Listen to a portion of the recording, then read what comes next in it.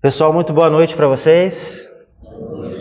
Eu agradeço a presença de cada um de vocês aqui nesse domingo, explicando para vocês que domingo não é meu dia, hoje estou aqui. Espero que vocês gostem. Eu trago uma proposta mais para o lado filosófico da doutrina espírita. Gostaria muito que vocês se sentissem abraçados com a mensagem da noite. E claro, caso não consiga ter o efeito desejado, prometo me esforçar mais para voltar mais vezes aos domingos. Antes de nós começarmos, eu sempre gosto de passar alguns recados, agradecendo também aquelas pessoas que nos assistem pela internet. Nós estamos saindo do Facebook. A partir do ano que vem, os conteúdos do Vinhas do Senhor será apenas pelo YouTube. Muitas mudanças estão acontecendo, novos trabalhadores estão surgindo, e é muito bom nós estarmos nessa energia de renovação. Os mais velhos dando espaço para os mais novos e todo mundo trabalhando junto e no bem. É muito gostoso participar disso.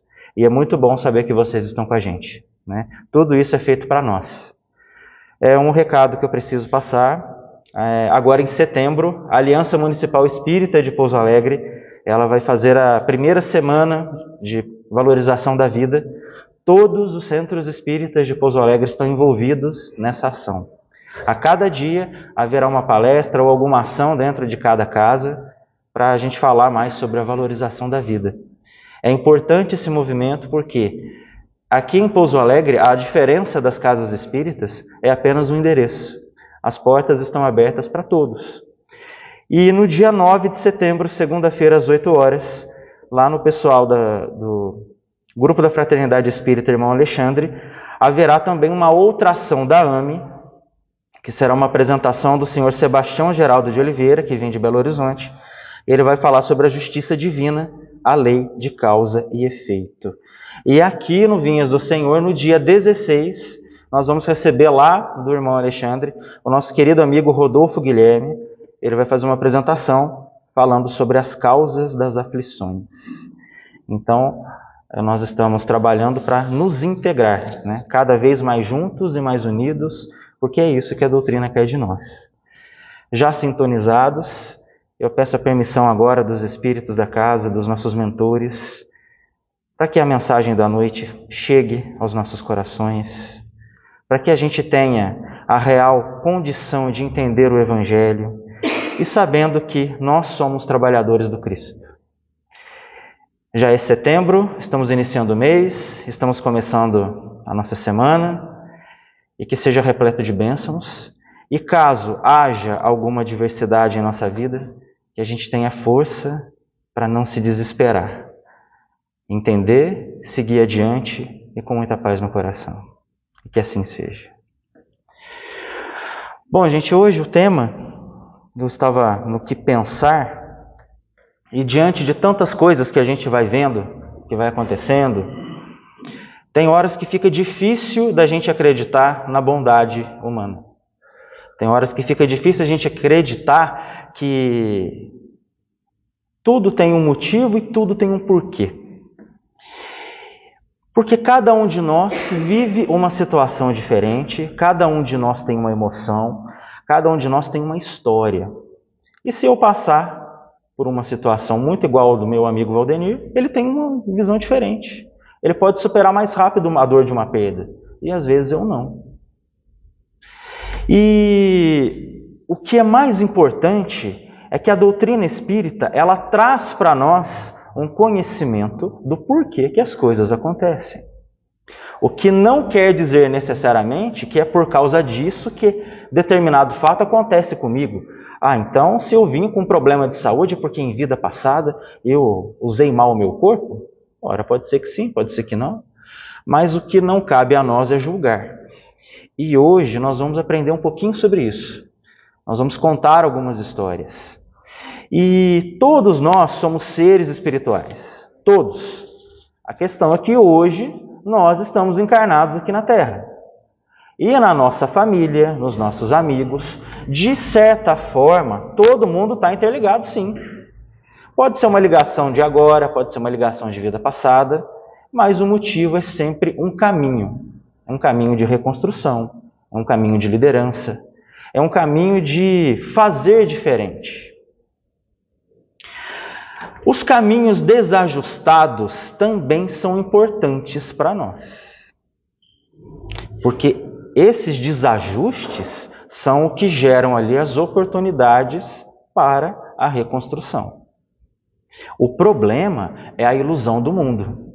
O problema é a gente achar que a gente vai embora junto com aquele caixão. E isso não é verdade. O que vai é o corpo. E se a doutrina espírita nos explica isso, da imortalidade da alma, então cabe a nós praticar esses ensinamentos. Só que será que é fácil? Quando a gente reencarna, a primeira condição, uma das primeiras condições do espírito reencarnante, ele entrar numa onda lá do dom do esquecimento. Você esquece o que você foi nas vidas passadas. Você esquece o que você fez nas vidas passadas. Mas a nossa vida atual, ela também é uma ressonância do nosso passado. Eu posso esquecer o que eu fiz, mas eu sou convidado a estar com essas pessoas do passado, reencarnados em novas configurações, para ali a gente ajustar e procurar o equilíbrio. Bom, o nosso espírito é como... ele traz conosco toda uma bagagem. Muitos acertos, muitos erros, e é isso aí o caminho. Grande parte das pessoas hoje do nosso convívio estão ali nessa ressonância, estão ali naquela situação de inimigos dentro de famílias, estamos ali em desafios profissionais cada vez mais difíceis, porém temos competência para assumir isso, só que exige de nós um cuidado. Nós temos que saber fazer as escolhas certas. A responsabilidade que a gente traz para nós é que tudo é feito na mais perfeita condição para o nosso reajuste. Só que a gente não tem esse entendimento, porque a gente esquece do nosso propósito espiritual e a gente se entrega para o desespero. A gente se entrega para aquele momento de ansiedade. E os nossos amigos espirituais sempre estão aqui ressaltando que nós não estamos sozinhos. O que falta em boa parte da nossa vida, nos momentos mais difíceis, é a certeza da fé. É muito bom quando eu tenho alguém para desabafar, quando eu tenho um ombro ali para me receber com um abraço aberto, mas eu esqueço que nós somos pessoas falhas. As pessoas também vão falhar conosco. E qual o caminho seguir? Qual é o caminho sem ônus? A gente só quer os bônus. A gente precisa entender que as falhas são necessárias, o Evangelho nos fala sobre o perdão e cabe a nós praticar ou não. E qual é a estrada mais segura para a gente caminhar? Sem dúvida, é aquela que ensina a gente a ser útil. O caminho correto é aquele que a gente entende que talvez eu não tenha ali um asfalto maravilhoso para caminhar, mas eu tenho ali uma estrada esburacada, cheia de poeira, mas os meus passos são firmes. E isso depende de nós. Depende de nós estarmos juntos. Deus é justo, traz a reencarnação para cada um de nós e é impossível eu caminhar sozinho, porque nós somos seres sociais. A grande transformação no mundo ela vai acontecer quando primeiro eu mudar a minha mentalidade, os meus sentimentos, para depois eu tentar servir ao outro. É muito complexo esse tipo de pensamento, porque a gente está num momento que a gente vive muito do egoísmo. Quando a gente fala de cuidar de si, que é fundamental, mas as pessoas pensam que cuidar de si é ser egoísta e dane-se o outro. E isso não é verdade. Jesus não ensinou assim. Nós temos aqui no nosso mundo pobreza, miséria, fome. E para cada pessoa que sofre, existe uma alma boa encarnada que pode ajudar no sofrimento. Se assim nós quisermos. Se esse for o caminho que a gente quer trilhar. Só que Deus é muito bom. Ele te abre o caminho e você segue se quiser ou não. A gente pode dizer que o caminho mais seguro para a nossa condição na Terra hoje é o caminho da fraternidade. Eu posso muito bem ali não querer ajudar aquela determinada pessoa, mas eu entendo que a minha ajuda pode ser necessária para ela. O caminho da fraternidade, ele é para todos. E o Espiritismo vai mostrar isso para nós. Não é viável para nós julgarmos a vida alheia. A gente esquece, e aí as pessoas, né, que têm ali um certo conhecimento espírita, vê ali a pessoa passando por uma provação e fala, eita, né, isso aí é vida passada. Não necessariamente. Não sei quais são os motivos que fazem nós sofrermos hoje. Mas quando eles batem a nossa porta, cabe a nós, de certa forma, trabalhar. Trabalhar a nossa individualidade, trabalhar aqui o nosso eu interior. Quando eu consigo fazer isso, com certeza eu estou caminhando na tarefa do bem. E o papel da casa espírita é justamente esse: acolher as pessoas. Não interessa o que você fez. É muito bom você ver um serviço social num presídio, por exemplo, ressocializando as pessoas para a sociedade. Mas se você souber o que aquela pessoa fez, talvez você perca a compaixão. Porque você vai falar, como que uma pessoa tão cruel merece uma segunda chance? Mas merece. Todos merecemos. Se ele está ali é porque merece. E não cabe aos nossos julgamentos. A gente não sabe o que foi que fez determinado tragédia acontecer. Algumas coisas, com certeza, nós não vamos achar justificativa aqui. Mas, a partir do momento que os fatos acontecem, cabe a nós seguir adiante. E tentar recuperar. Tentar reconstruir. E para isso, muitas vezes é necessário a reencarnação. E daqueles que de alguma forma eu causei o mal, eu vou pagar com o bem. Mas não é pagar de dívida, não. Muito pelo contrário. A vida vai criar oportunidades para que eu me reajuste com o caminho espiritual que eu tenho que seguir.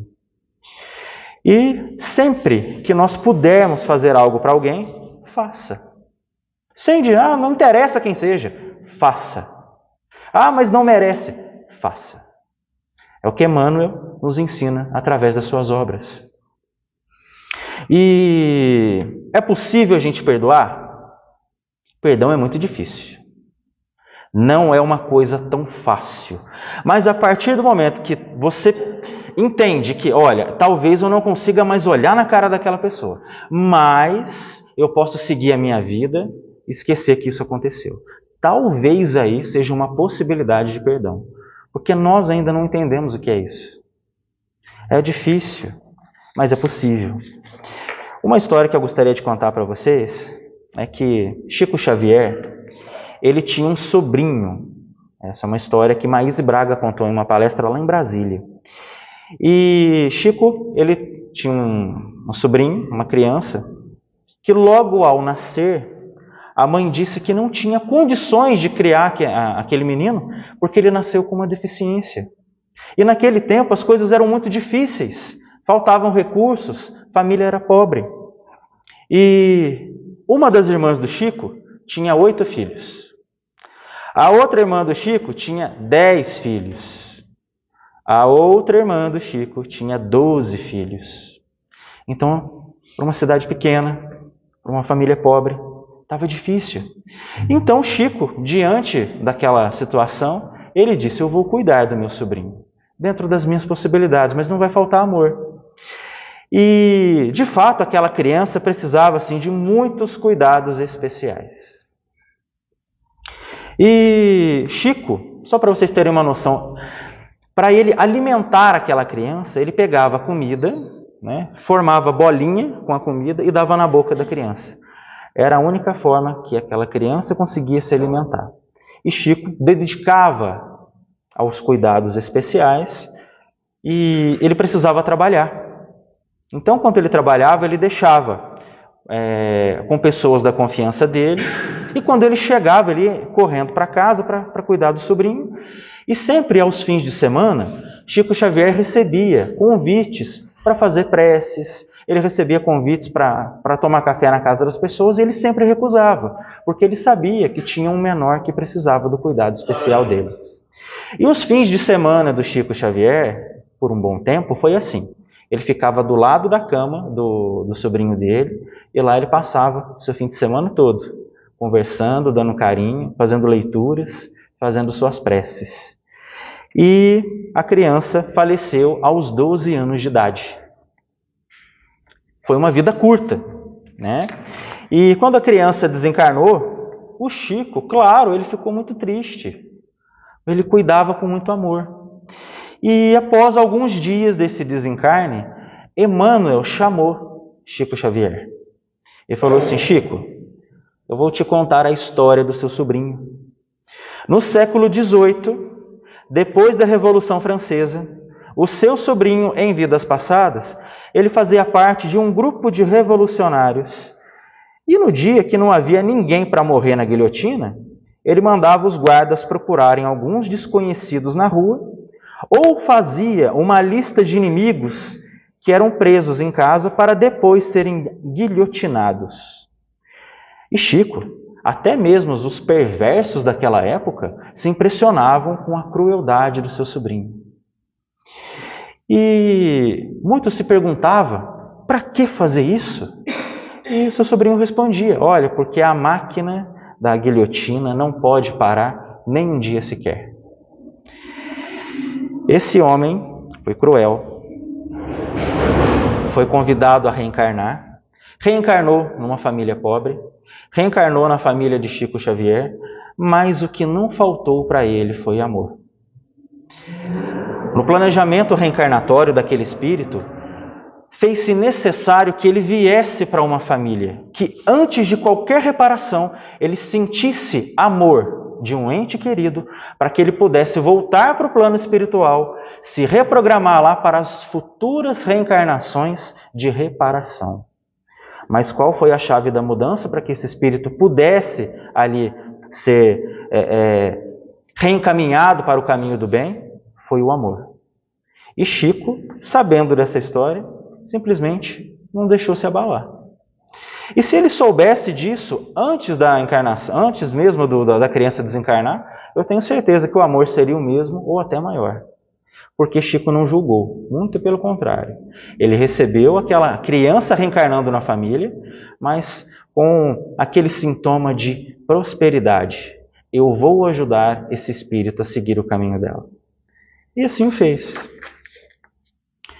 Após esses 12 anos de vida, como uma criança, que veio num corpo limitado, Chico Xavier também teve a oportunidade de receber, alguns anos depois, o espírito do sobrinho dele. E em espírito, o sobrinho agradeceu pelos cuidados. E falou: olha, tio, muito obrigado, porque aquilo que tanto faltou na minha vida passada, eu consegui sentir um pouquinho, mas agora eu preciso me preparar. Eu preciso seguir para um novo caminho.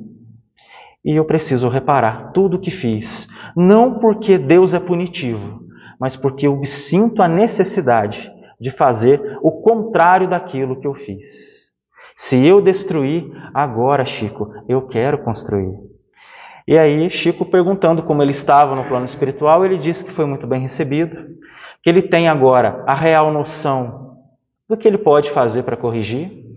O planejamento reencarnatório está acontecendo para que ele possa encontrar essas pessoas em nova vida e assim se reajustar. E disse: Chico, a espiritualidade me diz que eu ainda devo ficar por aqui por mais ou menos 50 anos no plano espiritual.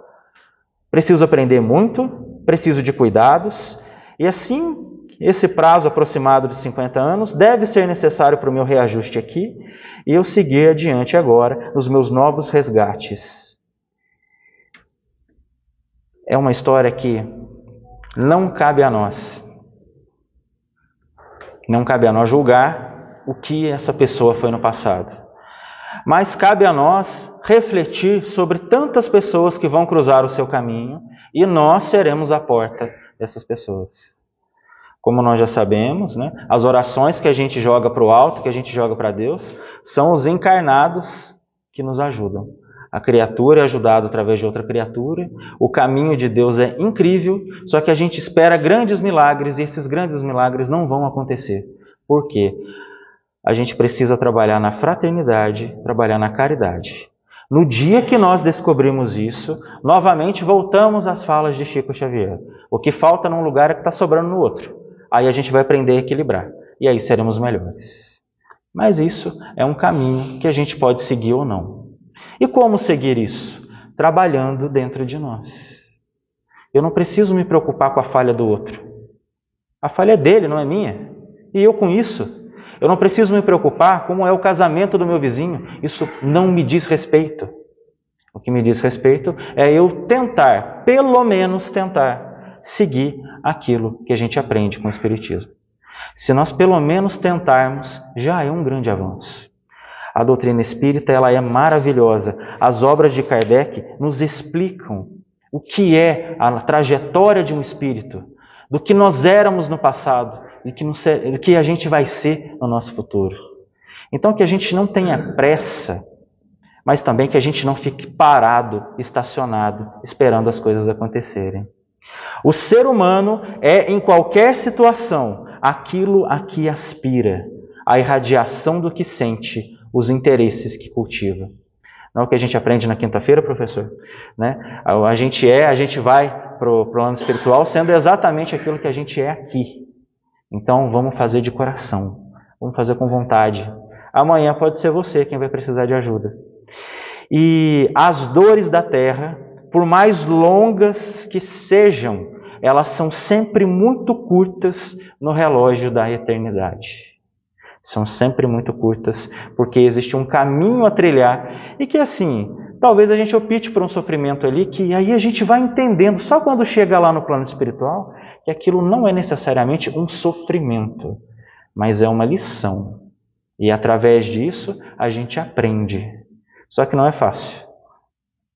Eu gostaria de ler agora, para finalizar, uma pequena mensagem do Evangelho segundo o Espiritismo, que tem muito a ver sobre o nosso caminho. É no capítulo 17, e o texto do Evangelho chama-se O Dever. O dever é a obrigação moral diante de si mesmo, primeiro, e dos outros em seguida. O dever é a lei da vida. Ele se encontra nos mais ínfimos detalhes, assim como nos atos elevados. Não quero falar aqui senão do dever moral, e não daqueles que as profissões impõem. Na ordem dos sentimentos, o dever é muito difícil de ser cumprido, porque se acha em antagonismo com as seduções do interesse do coração. Suas vitórias não têm testemunhas, e suas derrotas não têm repressão. O dever íntimo do homem está entregue ao seu livre-arbítrio, o aguilhão da consciência. Esse guardião da probidade interior o adverte e o sustenta, mas permanece frequentemente impotente diante dos sofismas da paixão. O dever do coração, fielmente observado, eleva o homem, mas esse dever como o precisar? Onde começa ele? Onde se detém? E o dever começa precisamente no ponto em que ameaçais a felicidade ou a tranquilidade do vosso próximo. E termina no limite que não gostaríeis de ver ultrapassado em relação a vós mesmos. Deus criou todos os homens iguais para a dor, pequenos ou grandes, ignorantes ou esclarecidos. Sofrem pelas mesmas causas, a fim de que cada um julgue judiciosamente o mal que pode fazer. O mesmo critério não existe para o bem, infinitamente mais variado em suas expressões. A igualdade diante da dor é uma sublime providência de Deus, que quer que seus filhos, instruídos pela experiência comum, não cometam o mal argumentado com a ignorância dos seus efeitos. No caminho da luz, todos têm a oportunidade de servir. Cada um em uma área, cada um com a sua intenção, cada um com um objetivo. E para servir, cada um tem a sua própria oportunidade e criá-la. Onde está seu coração? Onde está a tua intenção? Coloque amor, confie nos amigos espirituais, deixe a intuição fluir. As portas do bem se abrirão, e quando transbordar amor, você poderá servir, e tudo será claridade. Que a gente aprenda a confiar. É nosso dever vivenciar essa esperança, a fraternidade que o Cristo nos ensina. E a pergunta que fica para nós começarmos o nosso mês, a nossa semana, para a gente encerrar a nossa noite de domingo, é: qual é o nosso caminho? Onde está o nosso coração? Então, que a gente possa levar a paz, que a gente sabe que ela existe, mas não levar como teoria, levar na prática. Quem te traz paz? Quem te traz conforto? Se ninguém faz isso por você, não significa que você não deverá fazer para o outro. O chamado está aí. E aí a gente fica à vontade para escolher qual o caminho nós vamos seguir. Eu agradeço a presença de cada um de vocês. Espero ter contribuído em algo nessa noite e que não falte nunca a oportunidade de fazermos o bem. Estamos todos interligados e que o desespero realmente não tome conta de mim. Existem projetos maiores para a nossa vida e a gente precisa entender que o nosso desafio é viver. Precisamos viver. Esse é o nosso objetivo aqui na Terra. E, se possível, vamos fazer isso juntos. Muito obrigado e uma ótima semana para vocês.